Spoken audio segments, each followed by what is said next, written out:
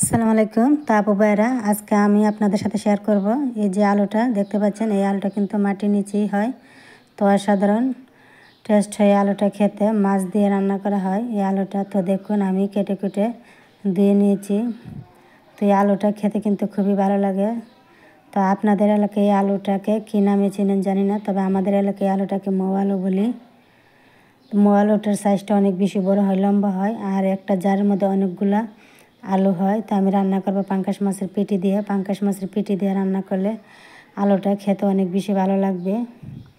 আর নিয়েছি কাঁচামরিচ, ধনেপাতা আর পেঁয়াজ কুচি করে নিয়েছি। তো পাঙ্গাস মাছের পেটিটা দিয়ে রান্না করবো যেহেতু, তাই মাছটা আমি হলুদ লবণ মাখিয়ে আর এদিকে হলুদ লবণ দিয়ে আমি আলুটা ভাপিয়ে নিচ্ছি। আর এদিকে আমি মাছটাও ভাজি করে নিচ্ছি কড়াইয়ের মধ্যে তেল দিয়ে।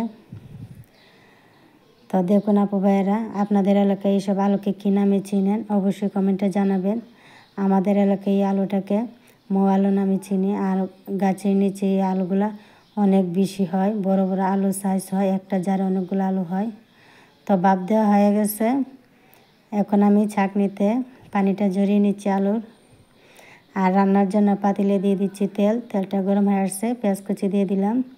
পেঁয়াজ কুচিটা নাড়িয়ে চাড়িয়ে পেঁয়াজ কুচিটা ভাজা হয়ে গেলে আমি একে একে মশলাগুলো দিয়ে দিচ্ছি। কাঁচামরিচ, অল্প একটু পানি দিয়ে দিচ্ছি যেহেতু আমি গুঁড়া মশলা দিতেছি। 1 চামচ হলুদের গুঁড়া, 1 চামচ মরিচের গুঁড়া আর 1 চামচ পরিমাণ ধনিয়ার গুঁড়া। স্বাদ মতো লবণ দিয়ে মাছটা দিয়ে নিচ্ছি, যেহেতু বাপে আমার আলুটা অনেক বেশি সেদ্ধ হয়ে গেছে। এখন আলুটা দিয়ে দিচ্ছি। আর আলুটা যেহেতু ভাপ দিয়েছি সেজন্য ঝোলটা দিয়ে দিলাম। এখন আর কষানোর কোনো প্রয়োজন নেই, যেহেতু মশলাটা কষানো দিয়েছি।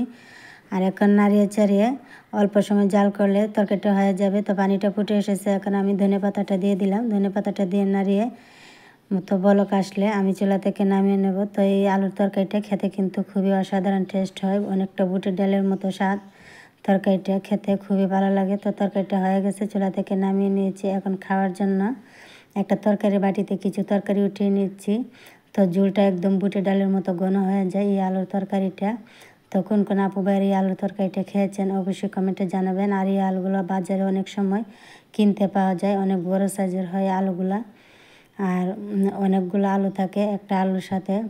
তা আমি একটা আলু নিয়ে আসছিলাম আমাদের বাড়ি থেকে। তো এই আলুটা রান্না করছি, তো অসাধারণ হয়েছিল তরকারিটা খেতে। আর পাঙ্গাস মাছের পেটি দিয়ে রান্না করতে তরকারির স্বাদটা অনেক বেশি হয়েছে। তো আপু ভাইয়েরা, আজকে আমার এই রান্নাটা এ পর্যন্তই। সবাই ভালো থাকবেন, আর আমার নিত্য নতুন রান্না পেতে বেল বাটনটা অন করে রাখবেন। সবাই লাইক কমেন্ট শেয়ার করবেন।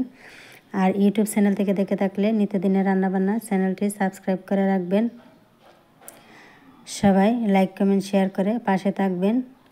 আর আপু ভাইয়ের আমার রান্নার ভিডিওগুলো যদি ভালো লাগে অবশ্যই পাশে থেকে ফলো করবেন।